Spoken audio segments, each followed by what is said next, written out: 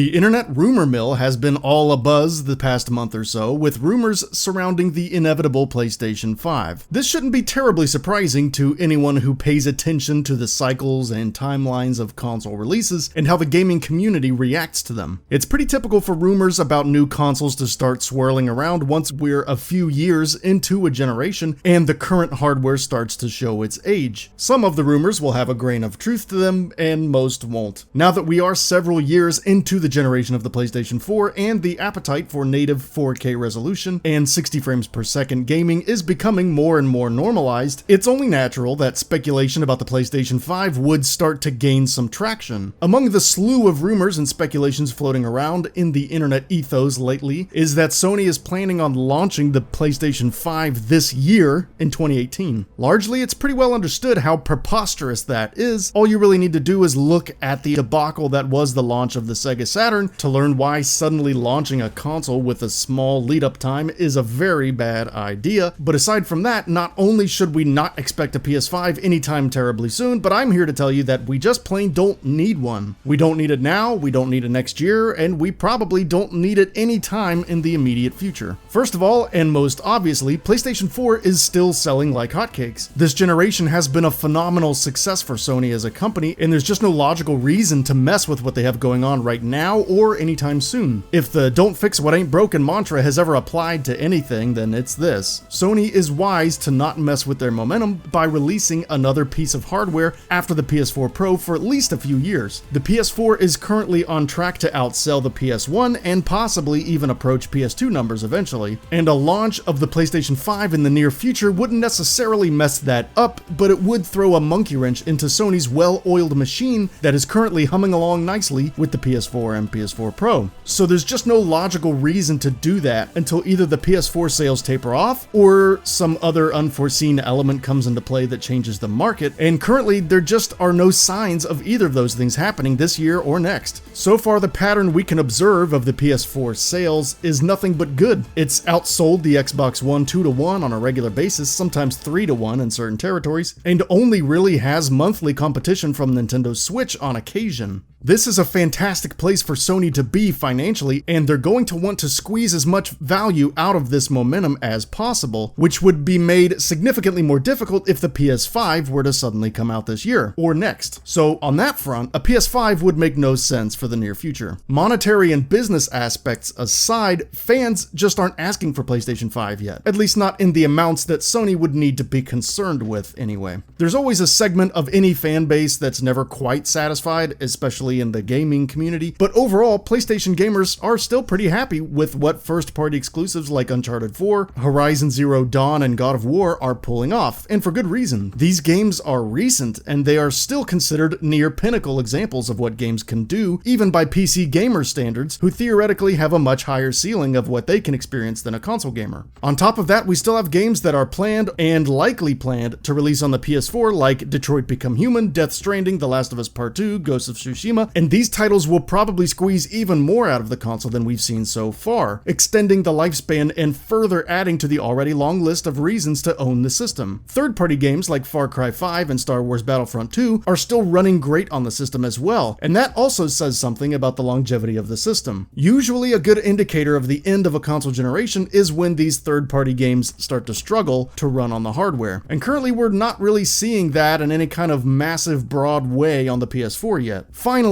although there are many more reasons why we really don't need a PS5 right now, the last one that really stands out to me is the fact that the PS4 Pro is still relatively new, and even though it is trounced in terms of specs by the Xbox One X, it's just not old enough for Sony to push it off to the side in favor of a new system without potentially ticking off a large amount of gamers who picked it up recently. That would not be good, and it only takes a short glance at the smartphone world to see how much ill will can be sown when successors to top-of-the-line hardware are launched too quickly, as it makes potential purchasers more likely to hold on to their cash and wait for sales, making the companies miss out on large amounts of profit and developers skittish to work on content. So even though the console generations are generally only 4 or 5 years long, with only a few outliers, it's probably safe to assume that won't quite be the case this time around, since we do have these mid-generation upgraded console options in the Pro and the X. The fact of the matter is, Sony is just having too much success in too many ways, and the trajectory of that success is just too promising for the immediate future to throw any more complicating X factors into the mix. Sony learned a lot of hard lessons over the last 10 years with the PS3, the Vita, the Vio laptops, and several other projects, and they've gone through a lot as a company to get to this point where they're now seeing a much brighter future than they've seen in a long time. They need to double down on what's working, keep the first-party exclusives coming, and keep the updates to the operating system coming as well, so they can continue to nurture the massive install base that they've cultivated over the past few years and continue to grow it. There's just no conceivable logical reason for Sony to launch a new generation this year, next year, or perhaps even later than that, unless something extremely crazy and extremely unlikely happens to shake up the market in a big way and forces Sony to react. We really don't need a PlayStation 5 any earlier than 2020, and that's a good thing because that means we should still have at least a couple more years of great PlayStation 4 games to look forward to.